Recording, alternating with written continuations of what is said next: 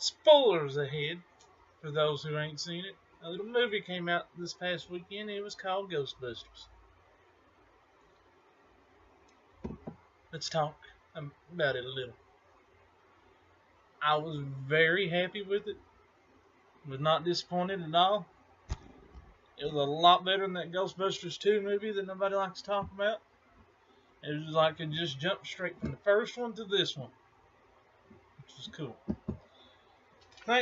Things that made me happiest about it was them bringing the whole, pretty well the whole entire cast from the original series onto it.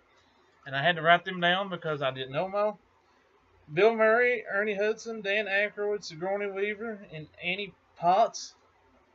All of them had a cameo in this movie, and it was just worth it to watch it.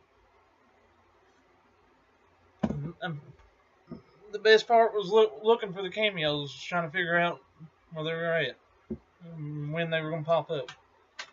From the beginning to the end of the movie, it kept me going. Melissa McCarthy and Katie McKinney, or McKenna, I don't know how to say her last name. Yeah, well, alright, Katie M. made that movie. The other two, Leslie Jones, I think's her name, and the other one, I could have it wrong. The other two characters in the movie, but these two were awesome. They brought Slimer back into the movie. They brought the Marshmallow Man. They had the original Ghostbusters lair. They had the Ghostbusters vehicle. They had kind of similar to what happened in the first movie. They had the big hotel with the big orange glob going everywhere. It was alright, that part, but I could live with it without it. I don't see why they had to copy it from the first one. The gadgets were awesome.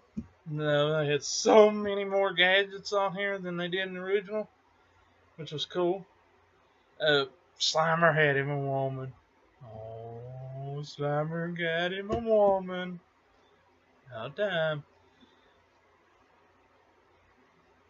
And the opening scenes,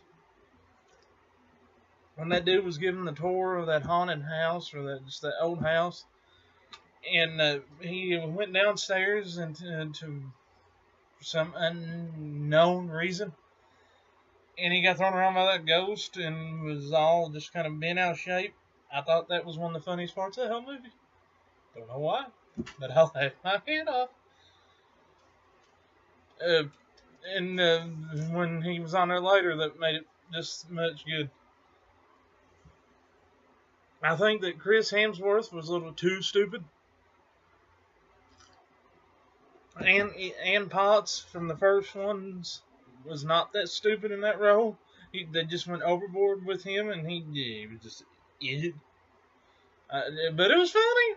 I laughed, but he just stupid. He can dance, apparently. Didn't know that before. Know it now. Chris Hemsworth can dance. Who would have thought?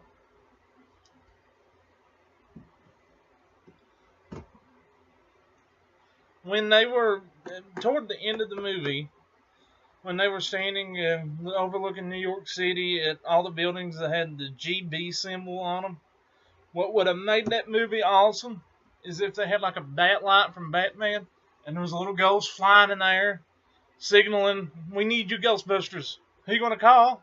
Ghostbusters. I'm going to call the Winchesters. That's another story for another day.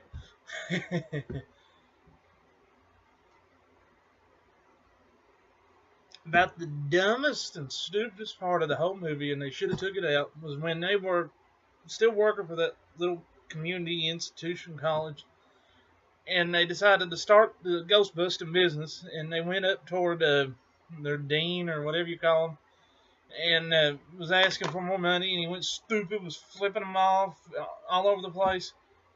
It made no sense to be in this movie. They could have took that all out, and it would have been an awesome movie. I mean, just one stupid sequence in this movie, and it just made no sense. I mean, come on.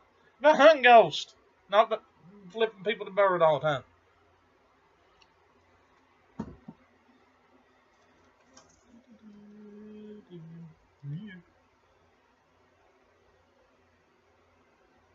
The new song and the old song they put in there, both of them were pretty good. One was sung by Ray Park. The other one was sung by Fallout Boy with Missy Elliott. I thought the Fallout Boy one was going to be the only one in it, but they managed to slip the other one in there, and it was good. They done good.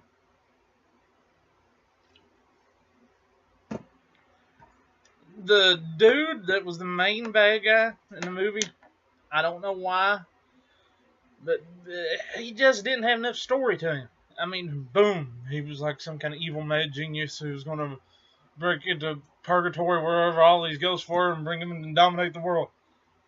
How did he get that smart? Because he was talking to himself like an insane person through most of the movie. Something was wrong with him. Something was very wrong.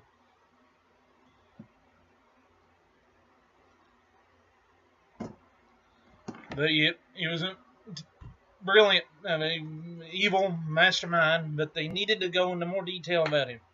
They just left that hanging, and yeah. The movie had mainly ups, but I found a couple little downs. But it was a good movie. And it will definitely have a sequel, without a doubt, and hopefully it'll beat the original sequel. It might even bring the doggy back, or the dogs back. I think it was second with the dogs. For people watching this, did the second original Ghostbusters have the dogs in it? Comment below, so I can know.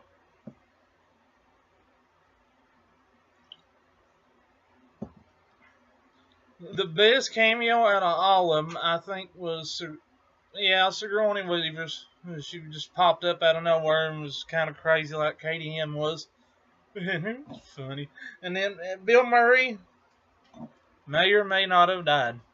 That was kind of sad. It was like from the Zombieland. Why you gotta kill Bill Murray? I mean, he's funny. He could be alright.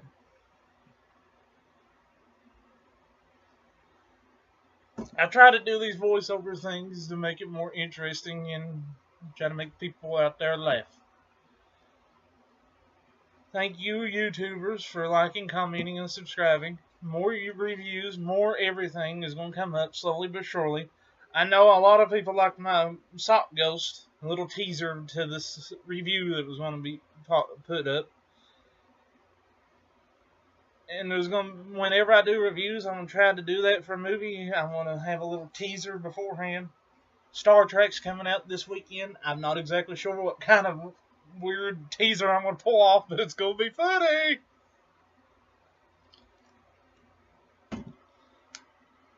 So, until next time, peace out.